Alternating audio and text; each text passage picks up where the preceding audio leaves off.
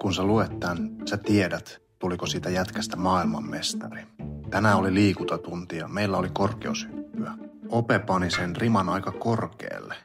En mä päässyt siitä yli, mutta ei päässyt kyllä Oskari tai Nikokaan.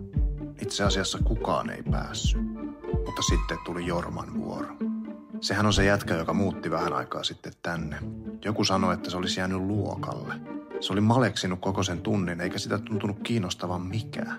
Se oli ainoa, jolla ei ollut liikuntavarusteita. Sillä oli semmoiset reikäiset farkut, lenkkareista kengät auki, ja mä uskon, että se kävi kesken tunnin röökillä. Opettajan piti maanitella sitä hyppäämään.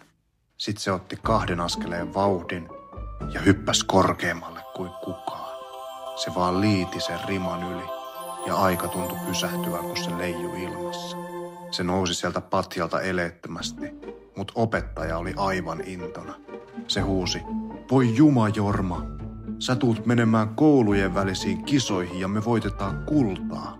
Jorma katsoi sitä opettajaa, käveli riman luo ja pudotti sen maahan.